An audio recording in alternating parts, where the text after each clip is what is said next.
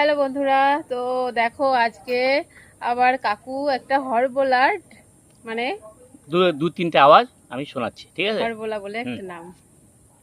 তো দেখবেন আমিও 70টা ডাক জানি। আমি আস্তে আস্তে একমাত্র সোনালীকে আমাকে কাকু বলে ডাকে, আমার বাড়ির পাশে থাকে। তো আপনারা সোনালীর পাশে থাকবেন এবং লাইক শেয়ার করবেন। যখনই সোনালীর কাছে মেসেজ দেবেন যে তাহলে আমি আবার দেবো সোনালীকে, সোনালী আপনার ছাড়বে। সোনালীর পাশে থাকবেন। আরেকদিন সোনালীর কথা বলবো, আজকে না। তো আপনাকে আর দু তিনটে আওয়াজ শোনাচ্ছি।